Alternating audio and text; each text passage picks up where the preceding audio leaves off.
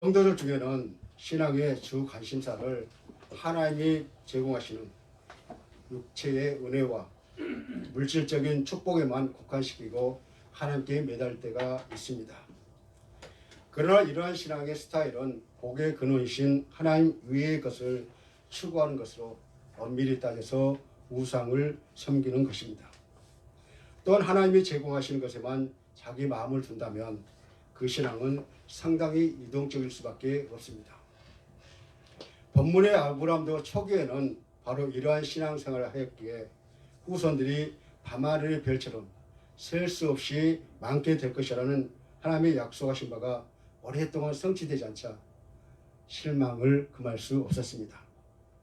이에 하나님은 아브라함에게 당신이 복의 원천이자 그 약속하신 바를 성취하실 분이시라는 것을 분명하게 계시해 주시고 오직 당신에게 시각을 고정하도록 하셨습니다. 결국 축복은 신앙에 앞서 선행하는 것이 아니며 모든 것이 하나님의 주관하에 있음을 알림으로써 그에게 온전한 신앙이 무엇인지 어떤 것인지를 가르쳐 주셨습니다. 이런 하나님의 자상한 배려로 인해 아브라함은 참 믿음을 소유할 수 있게 되었으며 그러한 믿음을 소유한 아브라함에게 하나님은 의롭다 하심을 선언하셨습니다. 이와 같이 우리들의 신앙의 주체가 내가 아닌 하나님이시며 신앙의 유일한 대상 역시 축복이 아니라 하나님이라는 것을 가르쳐주고 계십니다. 그리고 우리의 신앙의 근거는 하나님의 말씀이며 그 신앙의 결과가 바로 하나님의 의롭다 하심입니다. 이런 관점에서 오늘 본문을 보면 기독교인들의 신앙생활이 무엇인지 그리고 기독교의 신앙의 본질이 무엇인지에 대해서 알 수가 있습니다. 이제 저와 여러분은 하나님과 아브라함의 대화를 통해서 우리가 어떠한 신앙을 소유해야 되는지 어떤 그 신앙의 본질적인 측면이 있는지를 살펴보기를 원합니다. 첫 번째로 신앙의 대상은 하나님이십니다. 신앙이란 뜻은 신앙의 대상인 하나님을 절대 신으로 믿고 신뢰하며 그의 말씀을 진리로 받아들이면서 전적으로 의지하며 살아가는 그런 삶을 말하고 있습니다. 그러므로 신앙생활이란 하나님의 백성들이 하나님을 절대 유일신으로 믿고 의지하며 하나님의 뜻을 따라 살아가는 것을 말하고 있는 것이죠. 그런데 신앙의 대상인 하나님을 잘 모르고 신앙생활을 한다면 결국 다른 신이나 인간이 만든 우상을 섬기게 된다는 것이죠.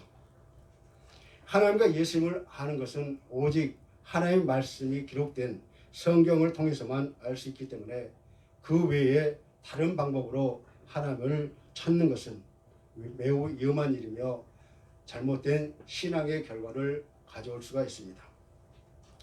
세상 곳곳에는 인위적인 신앙의 대상은 얼마든지 있습니다. 무당이 신과 인간을 중지하는 각종 샤머니즘과 동식물이나 자연을 숭배하는 토테미즘, 그리고 무생물을 숭배하는 애니미즘 등이 우리에게 말씀해 주고 있습니다. 그러나 그것은 참된 신앙의 대상이 될 수 없습니다.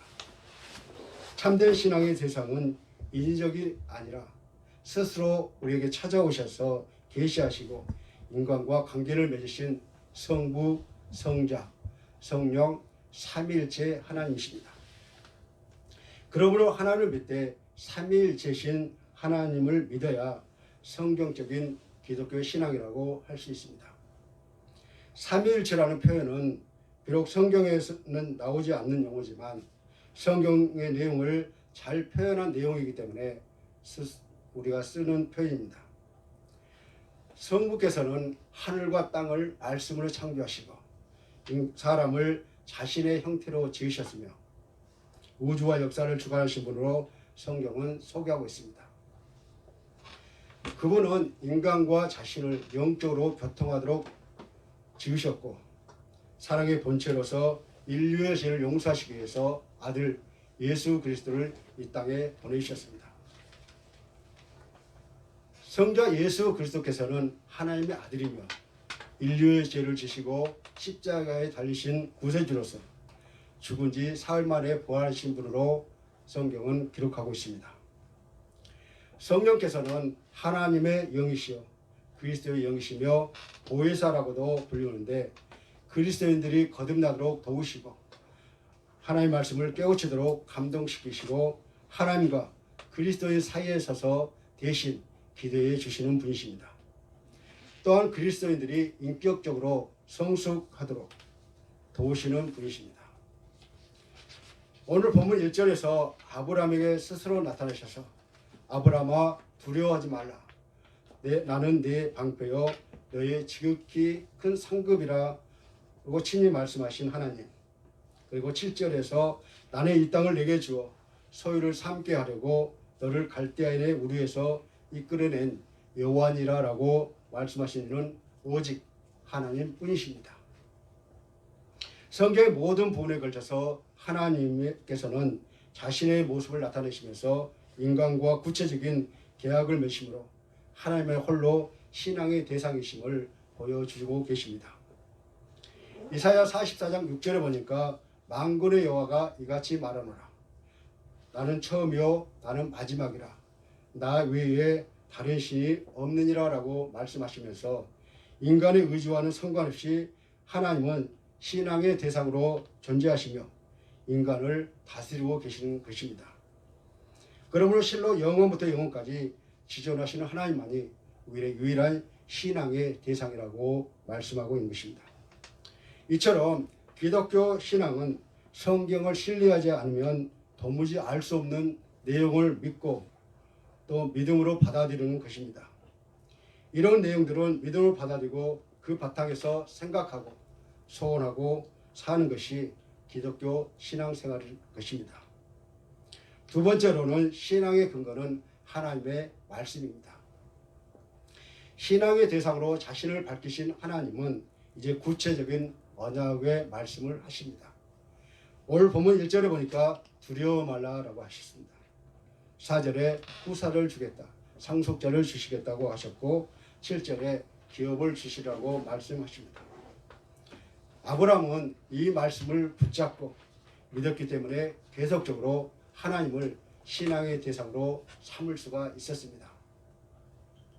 당시 아브라함이 구체적으로 무엇을 두려워했는지에 대해서는 정확하게 나오지는 않았지만 당시 상황으로 두 가지를 추측해 보면 하나는 하나님의 도우심으로 가나안 전쟁에서 승리를 하긴 했지만 그 후에 있을지도 모를 열국의 복수를 두려워했을지도 모릅니다. 또 하나는 가나안 땅과 후손을 약속하신 그 하나님께서 계속해서 침묵을 지키자 이를 두려워했을지도 모르겠습니다. 이 둘 중에서 2절에 나는 자식이 없사오니 나의 상속자는 이 다메섹 사람 엘리에셀이니이다 라고 하는 그런 내용을 보니까 분명히 두 번째 문제로 상당히 두려워했을 것입니다.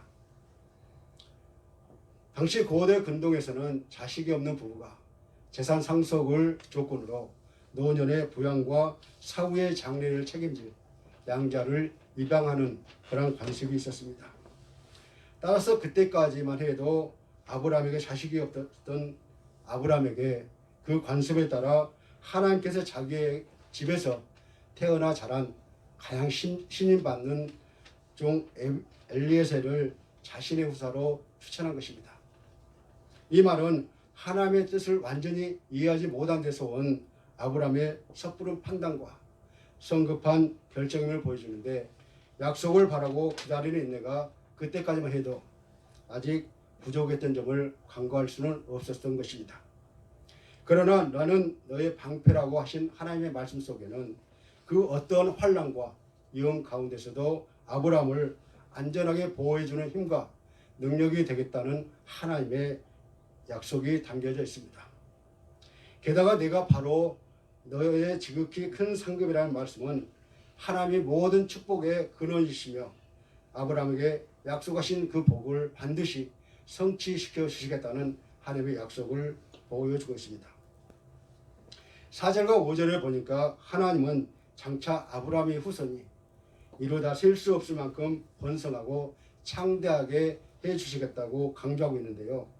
이러한 약속은 당시로서는 상상하기도 힘든 그러한 것이었지만 오늘날 아브라함을 믿음의 조상으로 기리고 있는 영적인 수가 2020년을 기준으로 해서 세계 인류의 33.3%가 성취되었다고 그렇게 발표를 했습니다. 그러므로 우리는 하나님의 말씀을 따라서는 신앙을 소유할 수가 없다는 것이죠. 우리에게 주어진 하나님의 말씀을 근거로 했을 때 하나님을 우리의 유일한 신앙의 대상으로 삼을 수 있는 것입니다. 그렇기 때문에 하나님을 경배하는데 인간의 사상이나 이성의 소산물인 합리성 등이 가미될 수가 없습니다. 그렇게 되면 그것은 이미 신앙이 아니라는 것입니다. 7절에서 보면 이 땅을 내게 주어 소유를 삼게 하려고 라고 말씀하고 있는데 이 말씀을 직역하면 기업을 주리라 상속하게 하려고인데 본래 아브라함이 가나안 땅을 차지할 아무런 권리나 명분이 없음에도 불구하고 하나님께서는 주권적으로 그를 상속자로 삼으셨다는 것입니다. 그리고 갈대아 우리에서 이끌어낸 데에는 분명한 하나님의 목적과 계획이 있었습니다. 오늘날 우리를 당신의 자녀로 인도하시고 삼아주신 데에도 분명히 목적이 있음을 잊지 마시기를 바랍니다. 그러므로 신앙과 삶의 일치를 위해 우리는 먼저 성경을 가르치는 하나님의 구원의 소식, 즉 복음을 명확히 이해해야 한다는 것입니다. 그리고 하나님이 주신 말씀을 통해 우리의 왜곡된 욕망과 타락한 세상의 풍습을 따르는 삶을 깨뜨리고 성경적 삶의 기준을 정립하고 성령의 인도하심을 따라 하나님의 통치에 순응하는 삶을 훈련해야 할 것을 말씀해 주고 있습니다. 사랑하는 성도 여러분, 우리는 말씀을 근거로 하여 자신을 향한 하나님의 뜻이 무엇인지 깨달아 이에 순종함으로 하나님께 나가야 합니다. 하나님의 영광을 드러내야 합니다. 말씀 이외에 하나님께 나아가게 하는 어떤 근거도 없습니다. 아브라함처럼 말씀을 믿고 순종하십시오. 세 번째로는 신앙의 결과는 칭의입니다. 인간이 의로울 수가 있습니까? 우리 인간 절대로 의로울 수가 없습니다. 그러나 신앙의 결과로 우리는 의로워질 수 있습니다. 말씀을 근거로 하여 하나님께 나아갈 때 우리는 의롭다 인정받는 것입니다. 아브라함을 보십시오. 나이는 많으나 자식이 없는 아브라함은 인간으로서 불안하고 걱정스러웠을 것입니다. 그러나 본문 6절에서 아브라함이 여호와를 믿으니 여호와께서 이를 그의 의로 여기시고 라고 기록되어 있는데 이와 같은 사실은 아브라함의 칭의 받음이 잘 나타나고 있습니다. 아브라함이 후손에 대한 하나님의 말씀을 인격적으로 신뢰하고 그 말씀에 전적으로 의지했으며 더 나아가 이미 계시된 여자의 후손 메시아에 대해서도 믿었기 때문에 하나님께 나아가 의롭다 하심을 얻었으며 훗날에 큰 축복을 받았습니다. 이것이 바로 신앙인의 자세이며 결과입니다. 비록 우리는 어려운 상황이 닥쳐와도 말씀에 의지하여 하나님만을 믿는다면 우리는 아브라함이 경험한 하나님의 섭리를 체험할 수 있습니다. 모든 사람은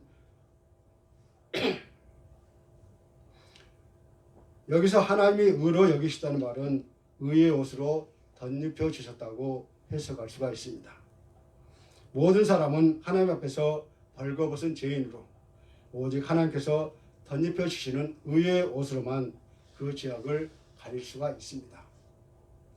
실제 몸이 더러운 사람에게 깨끗한 옷을 입히면 깨끗해 보이지만 그렇다고 그가 본질적으로 깨끗한 것은 아니라는 것입니다. 이와 마찬가지로 부패하여 도저히 의로워질 수 없는 우리에게 신앙의 결과로 의의 옷을 입혀 주셨습니다. 이와 같이 우리는 본래 칭의받기에 부족한 죄인이지만